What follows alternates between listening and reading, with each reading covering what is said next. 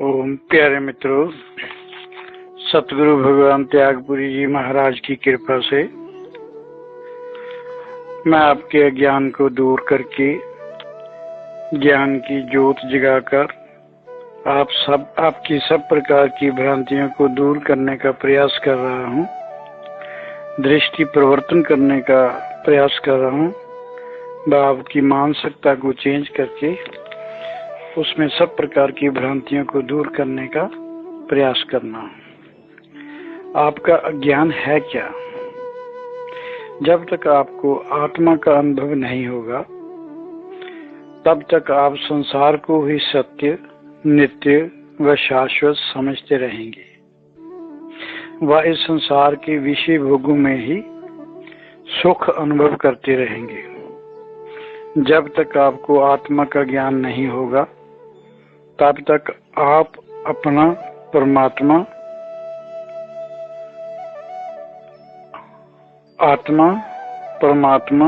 ईश्वर, अल्लाह, God, Waheguru को अलग अलग समझते रहेंगे व पांडे, पुजारियों, मुल्लाओं, मौलवियों व धर्म गुरुओं के चक्कर से बाहर नहीं निकल सकेंगे। जब तक इनके चक्रों में रहेंगे तब तक परम सत्य की परिभाषा भी नहीं समझ सकोगे व आपकी भ्रांतियां, अंधविश्वास, भ्रम, अज्ञान कभी नहीं मिटेगा, क्योंकि अलग अलग धर्म गुरुओं के अलग अलग परमात्मा के बारे अलग अलग तर्क हैं, अलग अलग परिभाषा हैं। जैसे सूर्य के उदय हुए बिना अंधेरी रात का अंधेरा दूर नहीं हो सकता, ठीक उसी तरह ज्ञान के उदय हुए बिना अज्ञान का अंधेरा नहीं मिटेगा। अगर अंधेरे को सीधा हटाने का प्रयास करोगे या ये आपका पागलपन ही होगा। ज्ञान की ज्योत से ही अंधविश्वास मिट सकता है, ज्ञान की ज्योत से ही आपकी सब प्रकार की भ्रांतियां मिट सकती हैं व मन शांत हो सकता है। आपका अज्ञान है जो आप अपने आप को उस आत्मा से भिन्न जीव मात्र समझते हैं। अपने आप को आत्मा से भिन्न जीव समझना ही सबसे बड़ा संसार में बंधन का कारण है। मोह का कारण इसी भ्रांतियों व अज्ञान के कारण मायावत, स्वप्नवत, क्षण भंगुर, असत्य व अनित्य संसार को सत्य व शाश्वत समझकर परम सुख सदा रहने वाला सुख है, उसको ढूंढते ढूंढते ही जीवन बिताकर अतृप्त ही चले जाते हो और आपका जो असली लक्ष्य है उस पर चलने से पहले ही जीवन यात्रा समाप्त हो जाती है।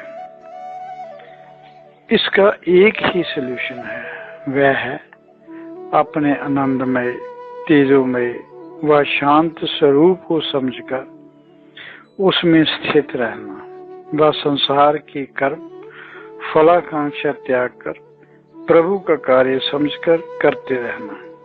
पुरुषार्थ करके खूब धन कमाएं, मेहनत व ईमानदारी के साथ व इस धन से संसार के भोगों को त्याग पूर्वक वृत्ति के साथ भोगो।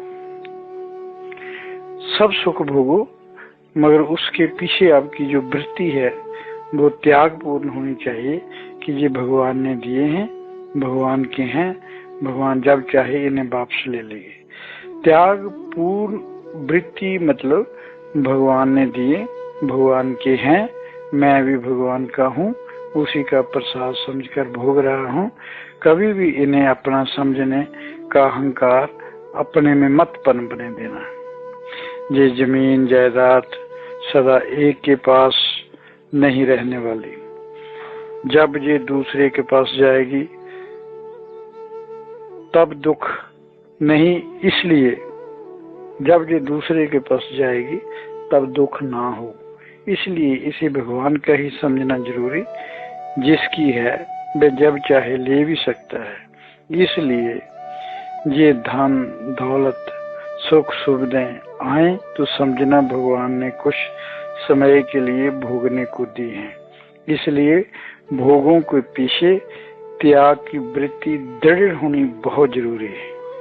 नहीं तो ये सुख सुविधाएं भी दुख का कारण ही बनती हैं। प्रभु द्वारा दी गई धन दौलत की सुविधाओं के साथ साथ कभी भी अपनी अपेक्षाएं उम्मीदें नहीं जोड़नी चाहिए और कभी भी इनको अपना सहारा नहीं समझना चाहिए कि ये बुरे वक्त मेरे काम आएंगी, बुढ़ापे में काम आएंगी। उम्मीद या आशा केवल भगवान पर रखनी चाहिए। धन दौलत तो परमानेंट आनंद व सुख की कल्पना करना ही दुख का कारण बनेगी। इस धन दौलत या जो भी आपका इस समय जिससे भी आपको बहुत ज्यादा प्यार है, उन सब में अगर आप सुख की कल्पना व परमानेंट आनंद की कल्पना करोगे तो एक दिन निराशा ही हाथ लगने वाली है। धन का कोई भी भरोसा नहीं, कब आएगा कब जाएगा और आकर कब तक रहेगा। जब जाएगा तो फिर वापस आएगा भी कि नहीं आएगा। धन पर विश्वास नहीं करना चाहिए, केवल भगवान पर विश्वास करना चाहिए, भगवान पर विश्वास रखना चाहिए। इसी से शांति का मार्ग मिलेगा। भगवान ने जितना दिया उसी से संतुष्ट रहना, हमेशा संतोष में रहना ही सुख का मार्ग है। जैसे कहा गया है, गो धन गज धन बाज धन और रतन धन खान, जब आवे संतोष धन सब धन धूरे समान। जब तक संतोष नहीं आता तब तक मन कभी भी तृप्त नहीं होगा। इसलिए संतोषी होना ही सबसे ऊंची बात है। जो संतोषी है वह समाज को अधिक से अधिक देता है, वह समाज से कम लेता है, वह ही सुखी होता है। जो लेता है वह देता नहीं। जो समाज से केवल लेता ही है और समाज को कुछ देता नहीं, उसके सुखी रहने की संभावना बहुत कम होती है। जब तक आपका मन अज्ञान के कारण अपेक्षाओं इच्छाओं व स्वार्थों से भरा है, जब तक मन विकारों मतलब काम क्रोध मोह अहंकार से भरा है, तब तक आप ब्रह्म ज्ञानी संत की बात पर भी अमल नहीं कर सकते। आपको अगर ब्रह्म ज्ञानी संत का संग मिल भी जाए तो उसकी बात भी आपकी समझ में नहीं आएगी, क्योंकि जो मन में विकारों की धूली जमी है वो आपको ज्ञान की बात समझने नहीं देगा। जब तक आप संकीर्णताओं भ्रमों व अंधविश्वासों से ऊपर नहीं उठोगे, तब तक किसी भी सिद्ध पुरुष का संग आपको या आपके मन से राग द्वेष के विष को अमृत में परिवर्तित नहीं कर सकता। आप देखते कितनी बार आपने संतों का संग किया, उनके प्रवचन सुने, संतों की सेवा की, मगर इसके पीछे हमेशा कर्तापन का अहंकार, फलाकांक्षा की इच्छा, इन सब के रहते, मेरे कहने का भाव फलाकांक्षा और अहंकार के रहते जितनी मर्जी भजन कीर्तन कर लो, दान पुण्य कर लो, तीर्थ यात्राएं कर लो, मन कभी परमानेंट कामना रहत अहंकार रहत नहीं हो सकता। तो क्या करना है? करना क्या है? बार बार दोहरा रहा हूँ, कर्तापन की भावना से मुक्त होकर, अहंकार से मुक्त होकर, फलाकांक्षा की इच्छा से मुक्त होकर, अपने आप को निमित्त मात्र समझकर, प्रभु का कार्य समझकर, प्रभु के लिए समझकर कर्म करना ही एक रास्ता है। इससे आनंद मिलेगा, सुख मिलेगा, शांति मिलेगी। अहंकार रहित व अकर्ता हो जाना ही शांति होने का या शांति प्राप्त करने का रास्ता है। जब तक आपका मन काम, क्रोध, मोह, लोभ, ईर्ष्या, द्वेष से भरा है, तब तक आप इस संसार को अपनी भावना अनुसार देखना बंद कर दें। जब तक अंतःकरण साफ नहीं होता, ये तो आप कर ही सकते हैं ना, अंतःकरण का पूरी तरह साफ होना तो बहुत दूर की बात होती है। जब तक आपके अंतःकरण में राग द्वेष है, तब तक आप अपनी भावना अनुसार इस संसार को देखना बंद कर दें, क्योंकि विचारों से भरे मन को संसार में कुछ भी सही दिखाई नहीं देगा। सब बेकार, सब बेईमान, सब भ्रष्ट, सब और बुराई ही बुराई, कहीं भगवान करता दिखाई नहीं देगा। केवल मैं ही करता हूँ, मैंने किया, मैं ही इसे बनाने व चलाने वाला हूँ। सब और लोगों को मरते देखकर भी अपनी मृत्यु कभी याद नहीं आएगी। कर्ता केवल भगवान है, यही सच्चाई है। आपके भीतर बैठा आपके सब कर्मों, आपके मन की सब प्रकार की वृत्तियों व भावनाओं का वह साक्षी है, वह देखने वाला है। आपके भीतर विराजमान है। वह कहीं स्वर्ग में, मंदिरों में, मस्जिदों में, मठों में, पहाड़ों की गुफाओं में छुपा हुआ नहीं है। वह हर प्रकृति के भीतर, हर आकृति के भीतर, कण कण के भीतर हर पल विराजमान रहता है। आप कहेंगे कि अगर भीतर बैठा है तो दिखाई क्यों नहीं देता? वह जहाँ है वहाँ आप ढूंढ नहीं रहे, वह भीतर है, आप उसे बाहर ढूंढ रहे हैं। अंतःकरण विकारों की धूली से भरा पड़ा है। मन का दर्पण पूरी तरह विकारों की धूली से भरा पड़ा है। पूरी तरह धूली व गंदगी के ढके दर्पण से चेहरा कभी दिखाई नहीं दे सकता। बादलों से ढके आसमान में सूरज तक दिखाई नहीं देता।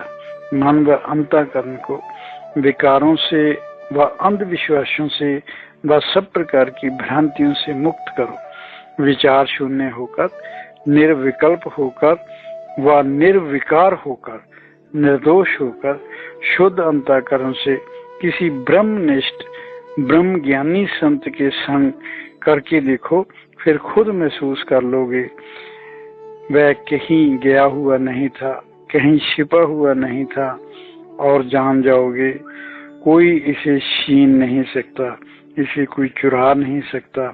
अब ये मेरे शरीर से अप्रकट हो नहीं सकता, ये सदा उपलब्ध रहेगा। इसे अब ऊंची ऊंची आवाजें लगाकर बुलाना नहीं पड़ेगा।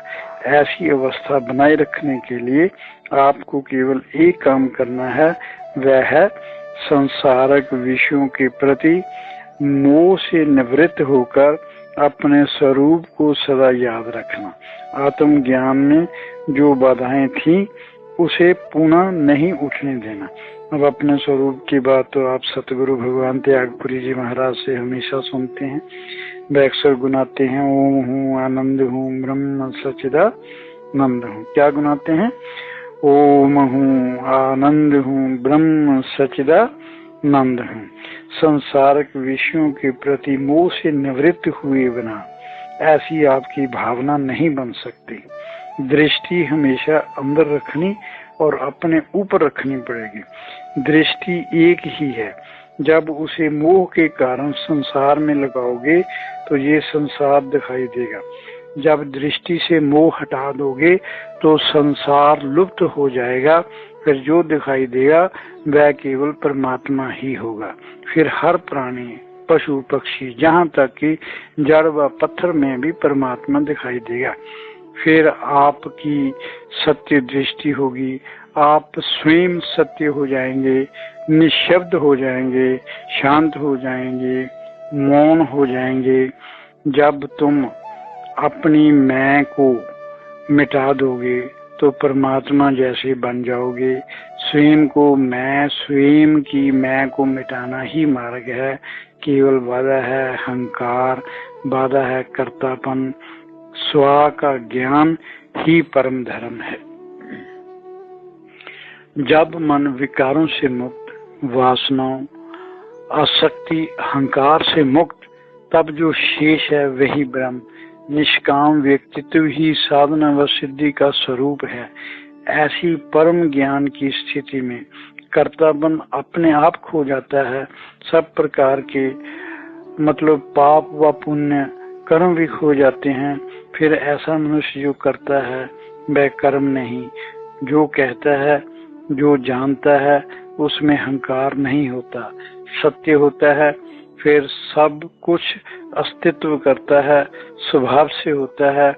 मैं परमात्मा में हूँ, वह परमात्मा मैं हूँ, वह परमात्मा मैं नहीं हूँ, मैं वह हूँ या वह मैं नहीं हूँ, ये सब भेद खत्म हो जाते हैं। केवल ब्रह्म, सब गोविंद, केवल ब्रह्म, केवल परमात्मा। जीव का अंधकार खत्म हो जाता है, भ्रांतियां खत्म हो जाती हैं, रह जाता है केवल ब्रह्म। यही सच्चाई है, यही ज्ञान की निवृत्ति है और यही ज्ञान की ज्योत है। अज्ञान व भेद बुद्धि के कारण, जीव व परमात्मा में भेद मानने के कारण सब प्रकार के दुख, सब प्रकार की अशांति। अब अज्ञान खत्म हो गया, आत्मा से भिन्न कुछ नहीं, इसका ज्ञान हो गया। ये भगवान है, ये मैं हूँ, ये भेद खत्म हो गया। जब तक ये जो मैंने ऊपर बोला, ये भेद जब तक खत्म नहीं हो सकते, अंतःकरण की शुद्धि के बगैर, अंतःकरण के निर्मल हुए बगैर ऐसा प्रगाढ़ भाव बनना सतगुरु की कृपा के बिना भी मेरे हिसाब से तो थोड़ा मुश्किल है। जब तक ये समझ नहीं, तब तक सब प्रकार की वृत्तियां, सब प्रकार के विकल्प, संकल्प शांत नहीं हो सकते। परमात्मा की जब तक सही डेफिनेशन, आत्मा की जब तक सही डेफिनेशन आपके अंतःकरण में पूरी तरह नहीं आ जाती, पूरी तरह समझ नहीं आ जाती, तब तक ब्रह्म ज्ञान की बातें, ये परम तत्व की बातें ब्रह्म ज्ञानी के मुंह से भी सुनकर भी उस पर अमल नहीं होता। जो भी संकल्पों रहित होकर आत्म ज्ञान को उपलब्ध हो गए, वह असली संत, असली महात्मा, असली योगी कहलाने के योग्य बन गए। अभी आप गृहस्थ में हैं, मैं आपको अभी गृहस्थ छोड़ने को नहीं कहूंगा, कभी भी नहीं कहूंगा। गृहस्थ में रहकर परम योगी, परम संत पैदा करना मेरा उद्देश्य है। अब आप जो भी कर्म करते हैं उसके पीछे आपका उद्देश्य है आनंद प्राप्ति। ये आनंद आप धन, पद, संपत्ति, मान सम्मान, पद प्रतिष्ठा में महसूस करते हैं। आप सोचते हैं ये सब मिल जाने से संसार में सुख और शांति पूर्वक जीवन जी सकोगे। आपके हर प्रकार के कर्म के पीछे फलाकांक्षा है। संतों से जुड़कर आप कर्म करते करते भक्त बन जाएंगे। फिर आपको धार्मिक कर्मों में भी रुचि लेने लग जाएंगे।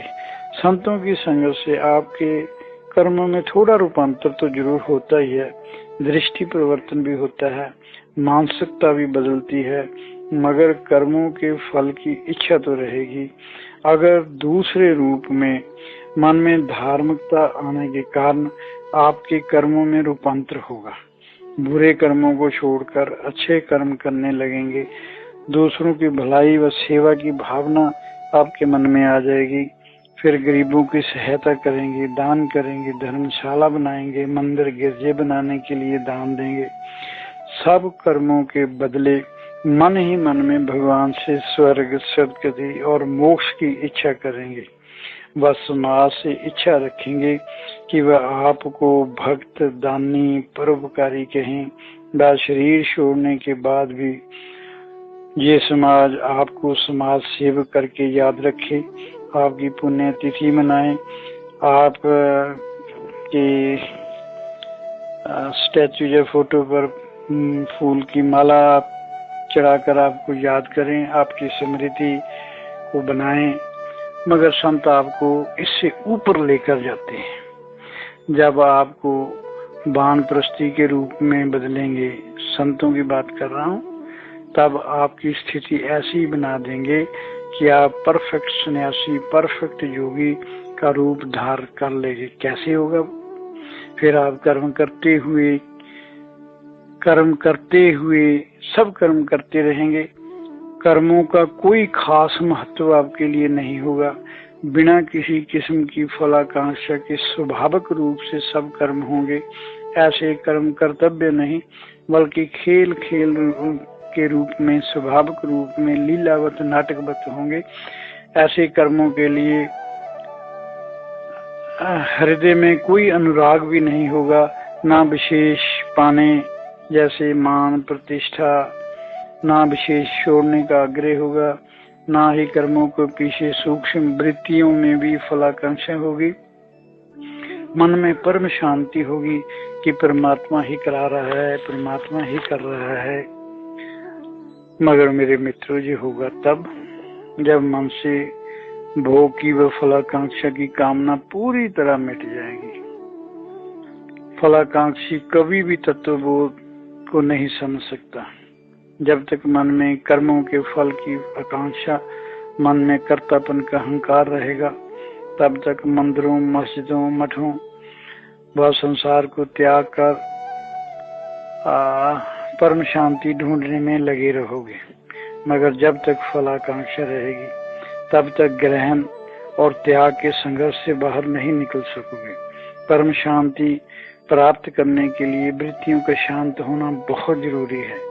मोक्ष का संबंध पदार्थों के त्याग से नहीं, मोक्ष का संबंध जो है वो पदार्थों के त्याग से नहीं, बल्कि वृत्तियों के शांत होने से है।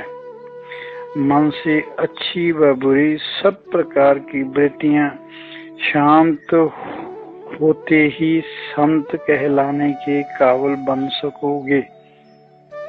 जब पूरी तरह मन से सब प्रकार की, इवन की सूक्ष्म रूप में भी वृत्तियां मन से शांत हो जाएंगी, तब आपने चाहे कोई भी कपड़े डाले हो, तब आप संत कहलाने के काबिल हो जाओगे।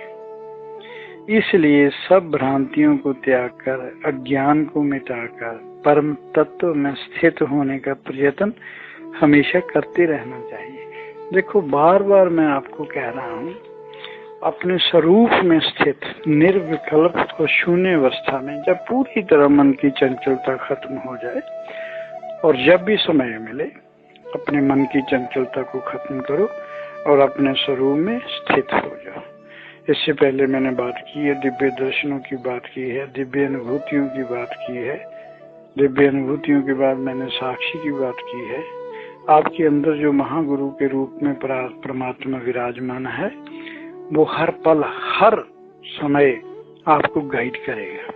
जीवित गुरु तो आपसे कुछ छुपा भी सकते हैं, मगर महागुरु के रूप में जो परमात्मा आपके अंदर विराजमान है, वही आपको सही गाइड करता रहेगा।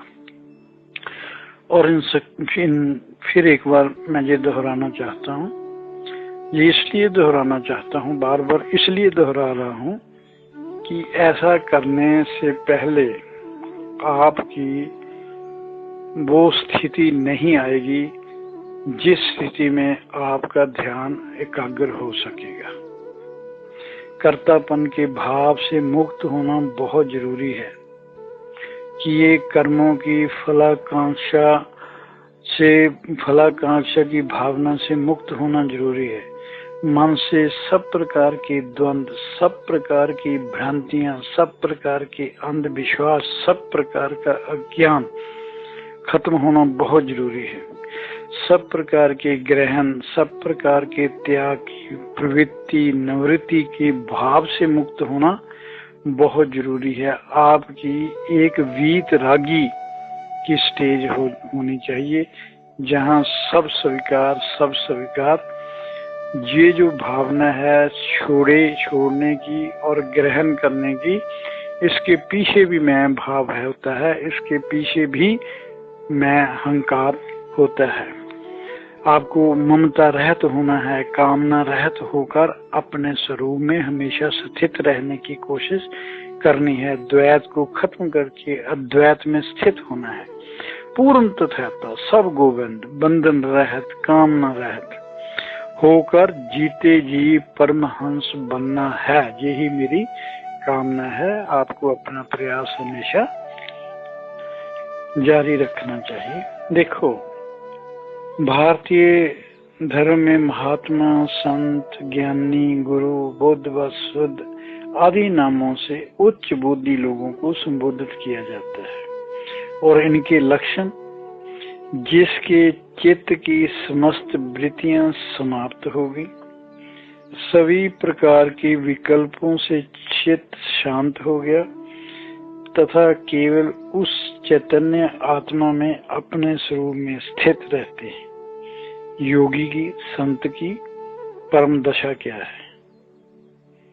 इससे ऊपर योगी की दशा नहीं होती। उसके चित्त की सब प्रकार की वृत्तियां शांत होती हैं।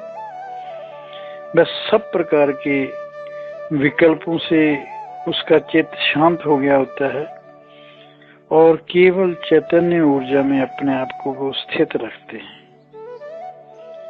जिसके संकल्प शेष, कुछ करने की कामना व वासना शेष, जिसे स्वर्ग व मोक्ष की कामना है, जिसे जीव, ब्रह्म, परमात्मा, आत्मा में अभी तक भिन्नता दिखाई देती है।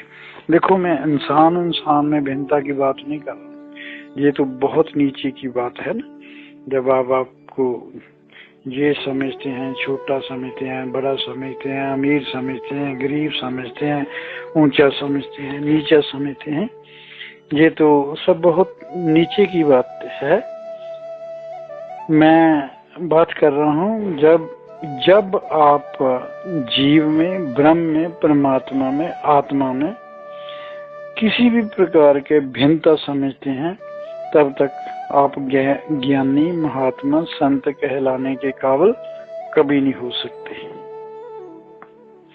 शरीर पर राख लपेट लेने से, एक टांग पर खड़े होने से, या विशेष प्रकार के वस्त्र पहनने से, या चिमटा लेकर बम बम भोले वगैरह कहने से कुछ नहीं होने वाला। ये सब लोगों का अपनी ओर ध्यान आकर्षण करने के लिए एक, मैं तो ड्रामा ही कहूँगा, या पखंड है, या प्रयास है, दिखावा मात्र है।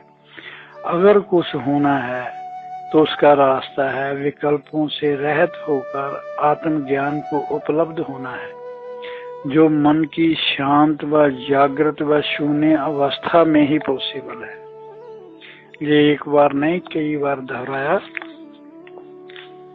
आत्म ज्ञान को उपलब्ध होने का एक ही रास्ता है, जागृत व शून्य अवस्था। मन की जागृत व शून्य अवस्था में ही ये पॉसिबल है। और जब तक द्वैत रहेगा, ये स्टेज कभी नहीं आएगी, कभी नहीं आएगी।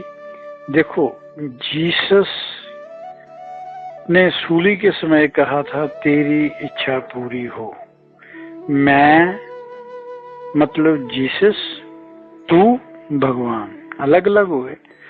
भगवान के मन में जीसस को सूली देने की इच्छा। मैं भगवान जीसस की बात कर रहा हूँ। वो कहना, भगवान तेरी इच्छा पूरी हो। देखो, भगवान के मन में जीसस को सूली देने की इच्छा, जिसे जीसस जी कहते हैं तेरी इच्छा पूर्ण हो। जहाँ मन में द्वैत रहा, अद्वैत की अनुभूति ना होने के कारण उन्होंने ईश्वर व आत्मा का संबंध पिता पुत्र का माना। महावीर जी को आत्मा, अलग अलग आत्माएं में भेद ज्ञात हुआ। उन्होंने वे अलग अलग आत्मा को मानते हैं। बाकी भी मुस्लिम धर्म भी द्वैतवादी है। ये सब आनंद व प्रसन्न व अपनी अपनी जगह सेटिस्फाई, जो भी धार्मिक लोग हैं, जिस भी पद्धति पर चले हुए हैं, उनको उसमें आनंद आता है, उसमें वो सेटिस्फाई हैं। तो उन ऐसे उनको अद्वैत की स्टेज इन लोगों की आना तो मेरे हिसाब से नहीं पॉसिबल, जब तक ये भ्रांतियां भेद बना रहेगा। इन सब का मैं आदर करता हूँ, मेरे लिए ये सब सम्माननीय है, मगर मन में पीड़ा इस बात की है कि अगर सब परम ज्ञान को, परम सत्य को उपलब्ध हो जाए तो समाज का विभाजन, समाज में धर्म के नाम पर कट्टरता, धर्म के नाम पर नफरत खत्म हो जाएगी, वैर विरोध खत्म हो जाएगा, धरती स्वर्ग बन जाएगी। और ये तब तक नहीं होगा जब तक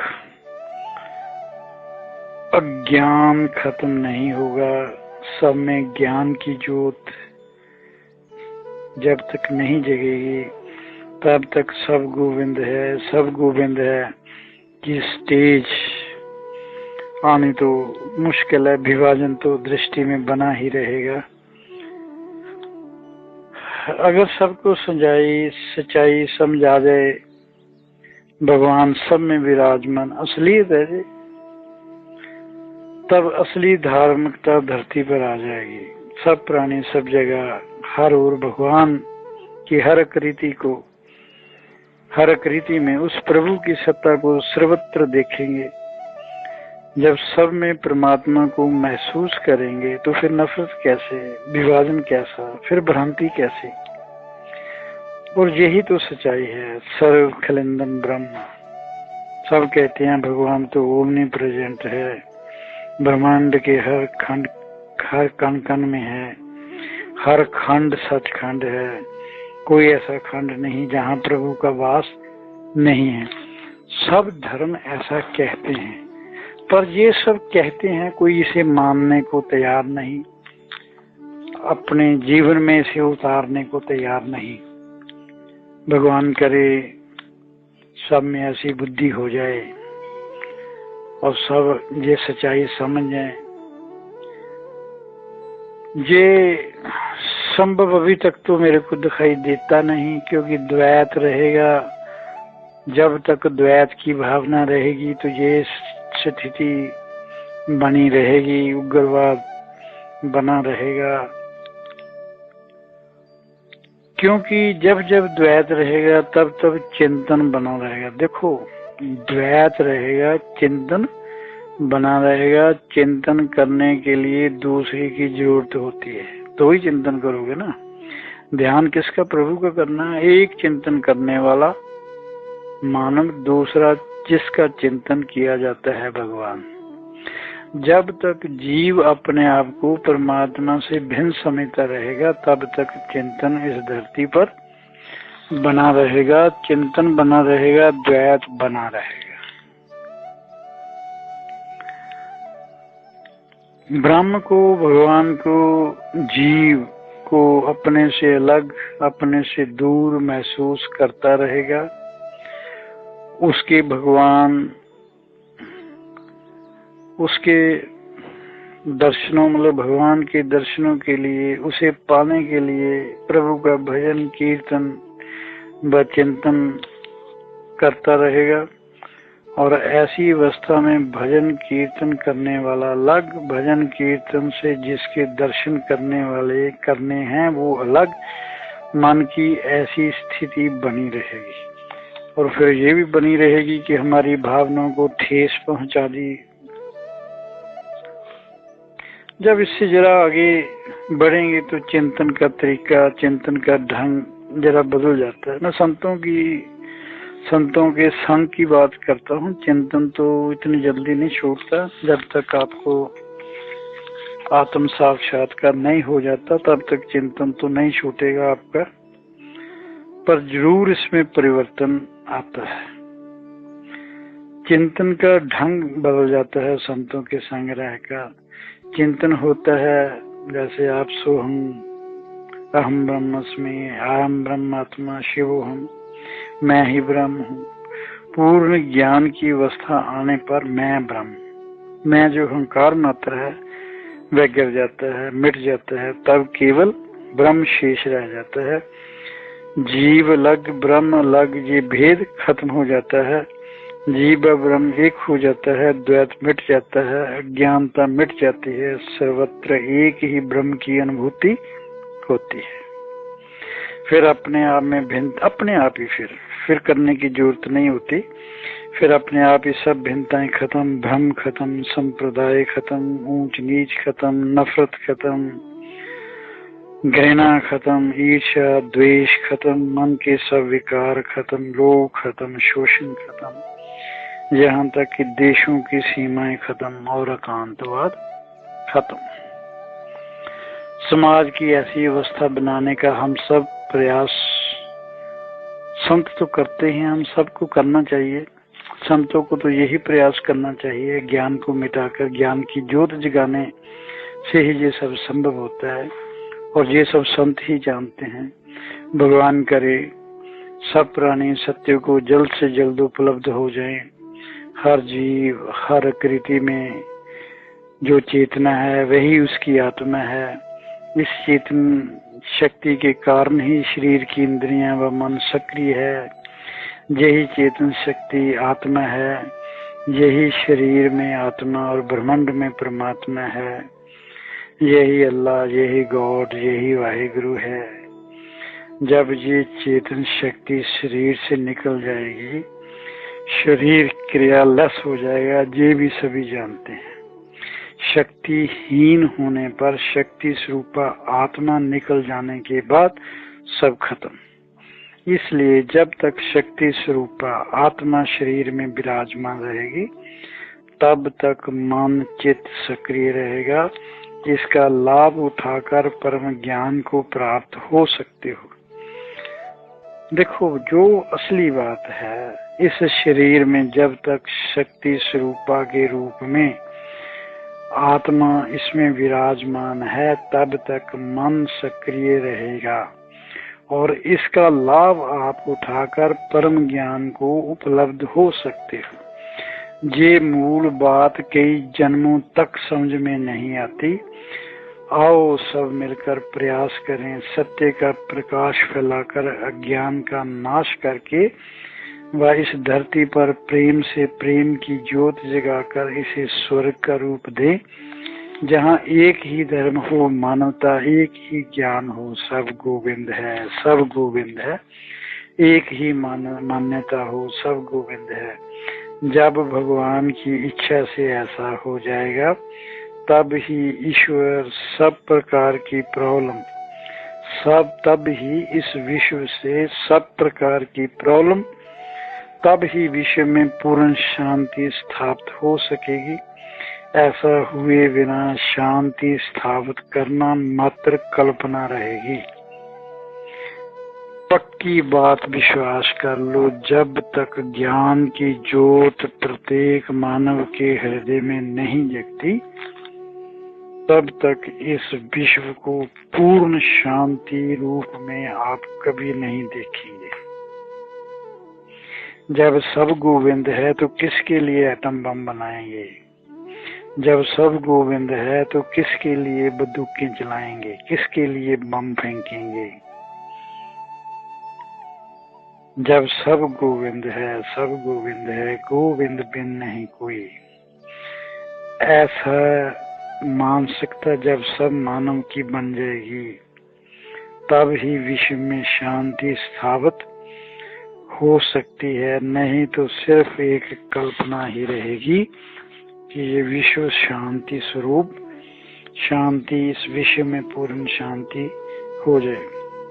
अपना ज्ञान खत्म करो, दूसरे का ज्ञान भी खत्म करने का प्रयास करते रहो। और संत तो हमेशा ऐसी ही कामना करते हैं, ऐसी ही मन में भावना करते हैं।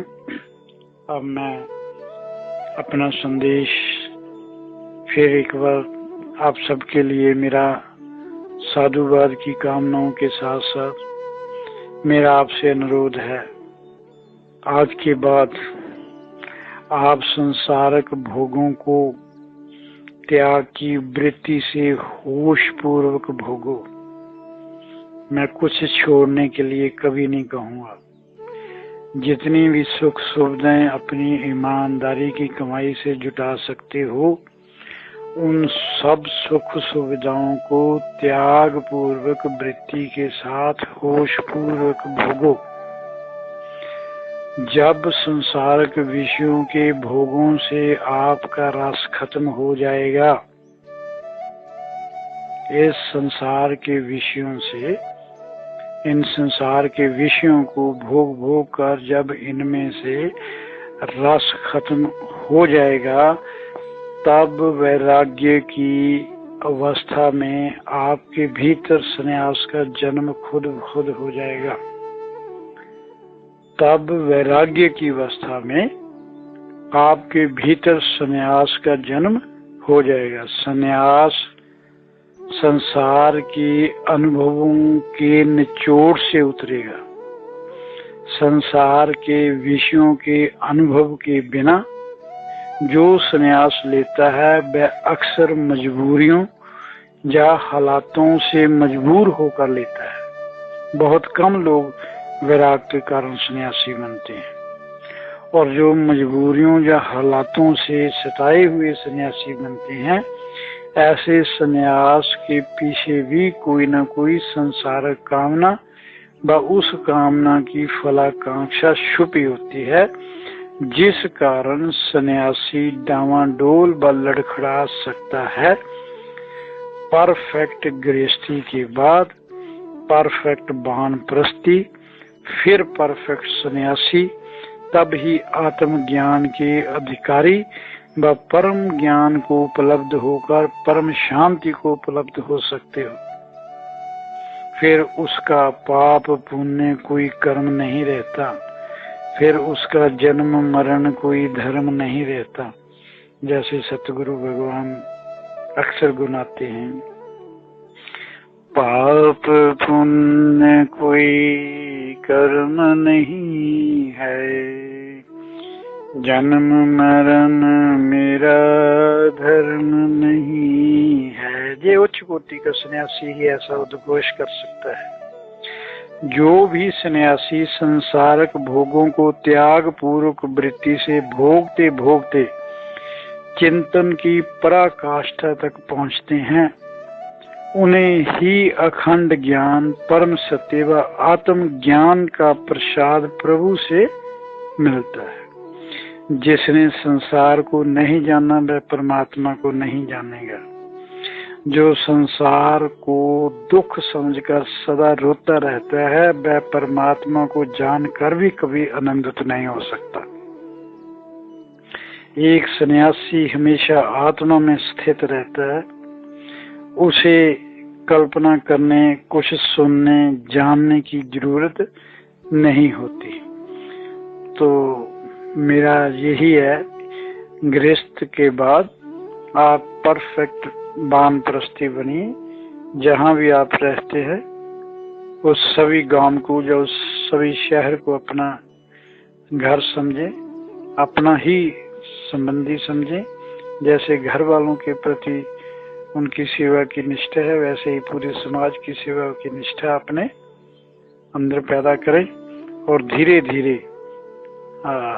वैराग जो संसार है उसके प्रति अपना मोह खत्म करें, ताकि कभी भी वो मोह फिर आपको बैगियर न लगा सके। अपनी वृत्तियों को शांत करें, और अपने अंदर जो अखंड ज्ञान की ज्योत फिर तो कभी बुझने की संभावना नहीं है। और मेरा आप सबको ये आशीर्वाद है, और मेरी ये आपसे ये कामना भी है कि एक उच्च कोटि का सन्यासी के भीतर जो उच्च कोटि की शून्यता होती है, वो सब आपके भीतर होनी चाहिए। संसार के विषयों में कभी भी रस ना हो, और अपने जाप और तप जो भी है आपके आचरण से वो झलके। किसी किस्म की भी कामना आपके कैरेक्टर से नहीं झलकनी चाहिए। इसके साथ ही मैं आप सबको मेरा सबको साधुवाद, अपने सतगुरु भगवान की शुभकामनाएं आपको देता हूँ और उम्मीद करता हूँ कि आपके अंदर अब ज्ञान की चिंगारी तो ज्ञान की ज्योत जग ही गई होगी। ओम शांति शांति शांति।